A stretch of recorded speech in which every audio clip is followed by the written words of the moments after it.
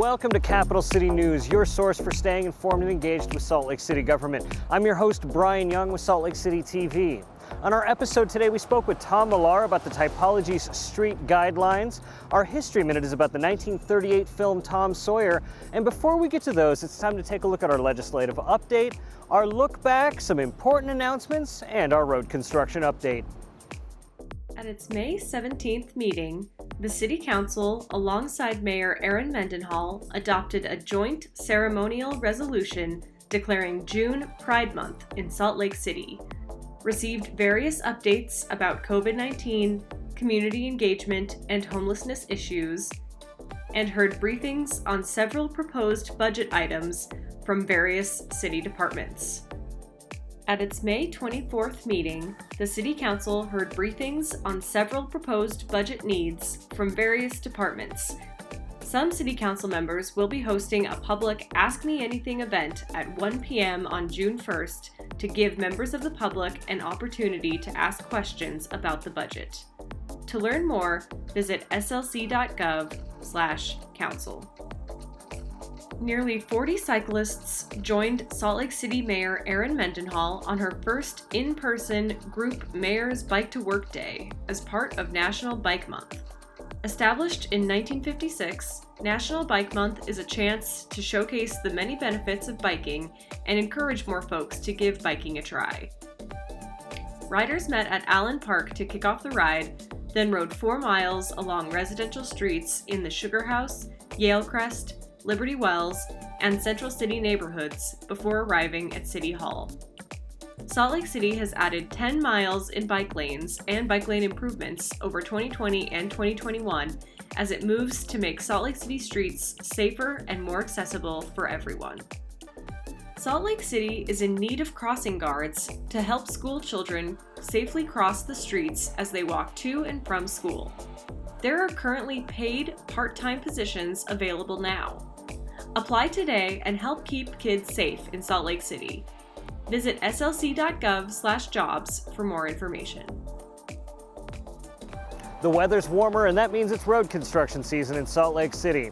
For our road construction update this week, we're taking a look at the 300 West reconstruction and Sunnyside. Construction is starting on the east side of the intersection of Foothill Drive and Sunnyside Avenue. The purpose of this construction is to replace aging pavement, make the intersection safer for pedestrians, and connect existing trails like the 9-Line Trail. We will maintain 1 lane of traffic east and westbound on Sunnyside. To access Foothill from the east, we recommend using Wacara Way. Pedestrians will be detoured to the south side of Sunnyside Avenue, and cyclists should use alternative routes during construction. On 300 West, work is underway at the 1700 South intersection. As a reminder, eastbound and westbound traffic has dropped to 1 lane in each direction and shifted to the north side of the road. Consider using 2100 South and 1300 South as alternate routes. Intersection work will be done in several phases and should be complete by the end of June. Support the local businesses on 300 West during construction. Learn more at 300westslc.com. That's it for our road construction update. Remember to keep track of these and any other projects happening in Salt Lake City. Visit slc.gov/construction. For our interview this week, I spoke with Tom Millar from Salt Lake City's Planning Department about the Typologies Report, which aims to make Salt Lake City streets better, more walkable, and more livable. The Typologies Design Guide isn't a master plan or a budget or anything like that. It's just a reference manual, a book of ideas that helps not only the city, but the residents as well to reimagine what their streets can look like if and when a project comes up for reconstruction. The process was about 3 years actually, and we did 3 different public engagement opportunities, and that yielded about 6,000 comments from all 3 of those combined. What people told us was that they wanted their streets to be safer and slower and smaller, and they wanted more options for how to get around. The reason why we did the guide is because whenever we do a project, we start with basically a blank slate, and sometimes that can be really good because it opens up all the ideas to us, and sometimes it can be a little bit limiting because the existing design, the street that's out there, is a very powerful draw for a lot of people. It's easy to just say, we'll just put the street back exactly how it is. And so this design guide allows us to have at least one other alternative for each street in how it could look in a context and design appropriate way.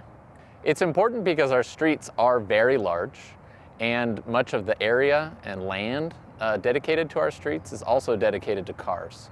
And we want our streets to be accessible and comfortable and inviting for everybody. And so whether, Monday you choose to drive and Tuesday you choose to walk and Wednesday you choose to take the bus, the street should work well for you and equally well for you regardless of what day of the week or what form of transportation you take. The reason why the city is interested in transforming the design of the streets that we have is because streets can be assets, but they can also be liabilities. And when a street is dedicated just to one or two purposes, sometimes it can be a liability because it's not resilient to change. It's not resilient to the way that people might change the way that they get around. And it's a lot of public space that is really only used for a couple different purposes. So one of the reasons why we want the design guide is so that we have these assets, these really wealth and health producing spaces in our cities for everybody, regardless of what part of the city that they live in. Another reason why we want the design guide is because many of our streets are unsafe by design, and we want to make sure that they are safe by design. We don't just want a sign telling people to drive slower or just a painted bike lane telling people where they can ride their bike. We want the whole design holistically of the street to communicate the intention of that street, for people to drive slower, for people to have space to walk and bike, and frankly, so that we can save the lives and livelihoods of the people that are in our city, whether they live here or not. Anybody can access this design guide in English and in Spanish by going to slc.gov/transportation/typologies or slc.gov/transportation/typologies, and they'll be able to see the entire design guide, all of the individual pieces of the design guide, and a map for where each of these new typology designs have been assigned in the city. It's time again for the History Minute. In 1938, legendary producer David O. Selznick produced the first color adaptation of Mark Twain's novel Tom Sawyer. This Technicolor production was lavish and adapted all of the most familiar parts of Twain's book. To help publicize the film, Selznick sent his young star, Tommy Kelly, on a tour of the United States.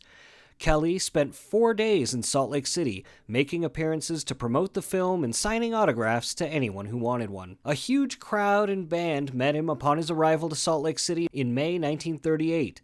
The film had been first released in February, but was shown in May at the Center Theater with Tommy Kelly and Ann Gillis, who played Becky Thatcher, in attendance.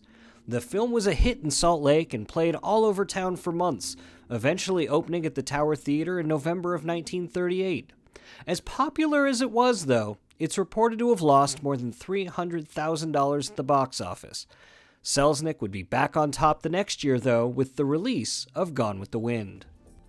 That's it for another episode of Capital City News. Remember, the best way to stay engaged is to stay informed. You can do that by following us on social media at SLC.gov, subscribing to us on YouTube, or watching us on Channel 17. So, reporting in from 300 South, I'm Brian Young.